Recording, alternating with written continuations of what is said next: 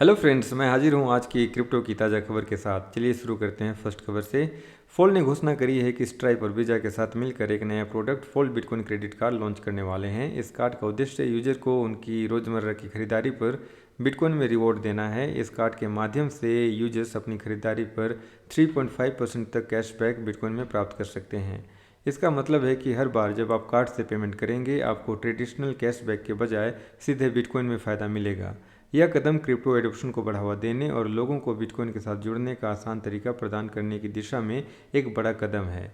Stripe के साथ partnership ये निश्चित करती है कि कार्ड ग्लोबल पेमेंट नेटवर्क पर आसानी से काम करेगा, जबकि वीज़ा इंटीग्रेशन से कार्ड का उपयोग वर्ल्ड वाइड मर्चेंट पर किया जा सकेगा।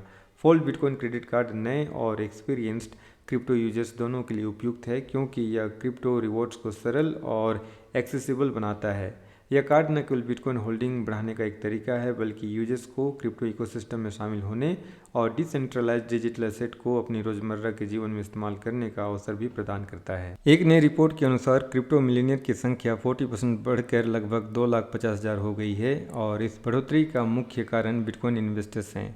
इस समय दुनिया में 36 क्रिप्टो बिलियनियर्स हैं और 2,41,700 क्रिप्टो मिलियनियर्स हैं, और जिनकी टोटल वैल्यू अगर हम देखें तो मार्केट वैल्यू लगभग $3.3 ट्रिलियन होती है।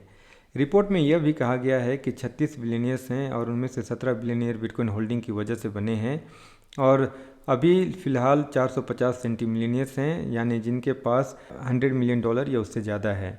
रिपोर्ट में यह भी बताया गया है कि दुनिया में लगभग 590 मिलियन लोग क्रिप्टो रखते हैं, यानी ग्लोबल पॉपुलेशन का लगभग 7.4%।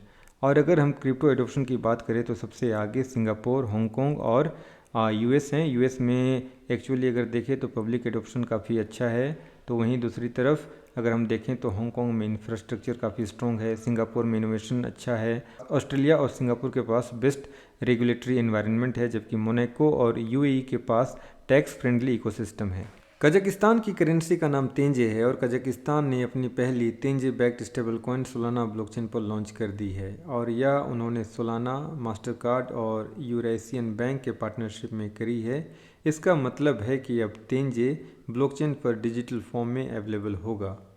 यह कदम नेशनल बैंक के स्ट्रेटजी का एक हिस्सा है, जिनका उद्देश्य कजाकिस्तान के डिजिटल एसेट इकोसिस्टम को ग्रो करना है। इसके साथ ही कजाकिस्तान अब ग्लोबल स्टेबल कॉइन रेस में शामिल हो चुका है, और उन्होंने यह स्टेप सबसे तेज़ और एनर्जी एफिशिएंट ब्लॉकचेन सोलाना पर लिया है, जो इकोसिस्टम में नई अपॉर्चुनिटीज़ और एडॉप्शन बढ़ाने में मदद करेगा। अब देखते हैं इंडिया कब INR backed stable coin launch करने पर विचार करेगा।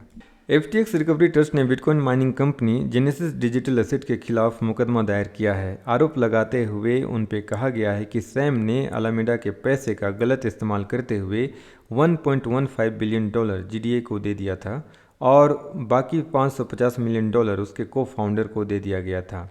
अब ट्रस्ट ने कोर्ट से इस पैसे की वापसी की मांग की है, और आरोप में कहा गया है कि GDA ने ऑडिटेड फाइनेंशियल स्टेटमेंट नहीं दिए और कंपनी ग्रोसली ओवरवैल्यूड थी, और कजाकिस्तान में उस समय कई समस्याएं थी, और उनमें से एक पॉलिटिकल अनरेस्ट भी था। इसके बावजूद SBF यानी कि सैम ने इस डील को आगे बढ़ाया था, और जैसा कि आप सभी जानते हैं FTX 2022 में कोलैप्स हो गया था, और SBF यानी सैम को $8 बिलियन की धोखाधड़ी के मामले में 25 साल की सज़ा सुनाई गई। एक और खबर सैम से रिलेटेड जो कल एक्चुअली ट्विटर में देखने को मिला। SBF के ट्विटर अकाउंट से गुड मॉर्निंग का मैसेज किया गया। बाद में उसके किसी फ्रेंड ने क्लेरिफाई किया कि ये सैम ने नहीं बल्कि उसके किसी फ्रेंड ने किया है, और बाद में इसके FTX की कीमत में इसका असर देखने को मिला, और ये 50% इसकी कीमत में उछाल देखने को मिला। अगली खबर है टेथर से, जो दुनिया की सबसे बड़ी स्टेबल कॉइन जारी करने वाली कंपनी है। इनके बारे में बताया जा रहा है कि ये 15 बिलियन से 20 बिलियन डॉलर तक रेज करने का प्लान कर रहे हैं, और इसके लिए 3% अपनी इक्विटी बेचने को रेडी हैं। अगर ये डील कंप्लीट हो जाती है तो इनकी वैल्यूएशन लगभग $500 बिलियन की हो जाएगी, जो कि OpenAI और एलन मस्क की SpaceX के बराबर हो जाएगी। अगर इसके करीबी राइवल सर्कल की बात करें तो उसकी वैल्यूएशन $30 बिलियन की है।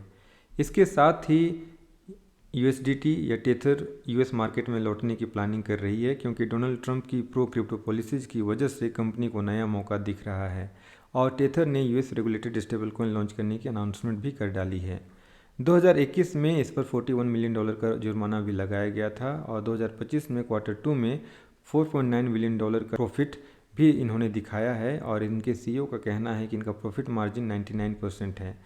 लेकिन ध्यान रहे, टेथर की फाइनेंशियल रिपोर्टिंग या ऑडिट उतनी स्ट्रॉन्ग नहीं है जितनी कि पब्लिक कंपनियों में होती है। और लेकिन कुल मिलाकर बस ये देखें कि अगर ये फंडिंग डील होती है तो टेथर क्रिप्टो इंडस्ट्री की सबसे वैल्यूएबल कंपनी में से एक बन जाएगी। अगली खबर है, बाइनेंस के को फाउंडर सीजी ने साफ मना किया है कि YGI लैब्स बाहरी इन्वेस्टर से पैसा नहीं उठा रहा है। अभी हाल ही में फाइनेंशियल टाइम्स ने एक रिपोर्ट में कहा था कि YGI लैब्स बाहर के इन्वेस्टर से पैसा लेने पे या फंड उठाने पर विचार कर सकता है, लेकिन सीजी ने अपने एक ट्विटर पोस्ट में इसे गलत बताया। सीजी के अनुसार YGI लैब्स बाइनेंस से इंडिपेंडेंट काम करता है और रीब्रांडिंग के बाद बाहरी किसी भी इन्वेस्टर से इनकी कोई बातचीत नहीं हुई। YGI लैब्स पहले बाइनेंस लैब्स के नाम से जाना जाता था और जिसको कि 2018 में इस्टेब्लिश किया गया था।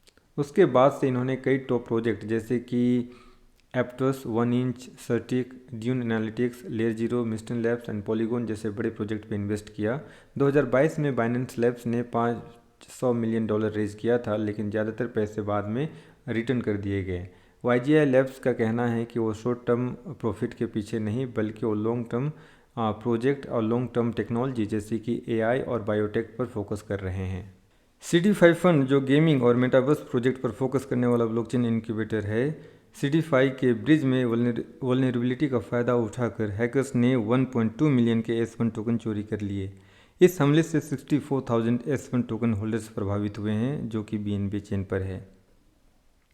DYDX ने एक बड़ा अनाउंसमेंट की घोषणा करी है, लेकिन अभी उन्होंने इसके बारे में बताया नहीं, केवल ट्विटर पे कम्युनिटी को टीज़ किया है। अब देखते हैं कि आगे क्या है, लेकिन फ़िलहाल हाइपरलिक्विड और एस्टर ने इस सेक्टर को काफ़ी इंटरेस्टिंग बना दिया है। एस्टर ने तो अपनी खुद की चेन लॉन्च करने की प्लानिंग भी कर दी है और अभी फ़िलहाल रिकॉर्डिंग टाइम तक $2.40 पर ट्रेड कर रहा है। 25 सितंबर को प्लाज्मा यानी कि XPL सबसे पहले बाइनेंस अल्फ़ा पर अवेलेबल होगा। जैसे ही ट्रेडिंग शुरू होगी, एलिजिबल यूजर्स अपने बाइनेंस अल्फ़ा पॉइंट्स का इस्तेमाल करके अल्फ़ा इवेंट पेज पर एयरड्रॉप क्लेम कर सकते हैं। अगली खबर है कि ऑरेंज BTC नाम की एक कंपनी ब्राज़ील की, उसने 3,650 बिटकॉइन खरीदे हैं ताकि पब्लिक लिस्टिंग से पहले तैयारी की जा सके। यह कदम लैटिन अमेरिका में कॉर्पोरेट क्रिप्टो एडॉप्शन के बढ़ते रुझान को दिखाता है, जिसमें ब्राज़ील सबसे आगे है।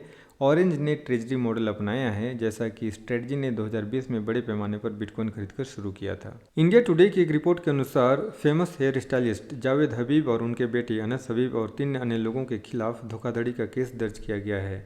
आरोप है कि उन्होंने फॉलिसिल ग्लोबल कंपनी के नाम पर लोगों को 50 से 70% तक मुनाफे का लालच देकर बिटकॉइन और बाइनेंस कॉइन में इन्वेस्ट करने के लिए उकसाया था। पुलिस के मुताबिक 2023 में संबल के रॉयल पैलेस बैंक्वेट हॉल में एक प्रोग्राम आयोजित किया गया था, जहां लगभग 150 लोगों ने पैसे लगाए थे। इन्वेस्टर से कहा गया था कि 1 साल में गारंटीड मुनाफा मिलेगा, लेकिन जब लोगों ने पैसे वापस मांगे तो कंपनी बंद कर दी गई और आरोपी फरार हो गए। कई इन्वेस्टर ने पुलिस से शिकायत दर्ज कराई। जांच में सामने आया कि लाखों रुपये की ठगी की गई है। पुलिस ने गंभीर धाराओं में केस दर्ज कर आगे की कार्रवाई शुरू कर दी है।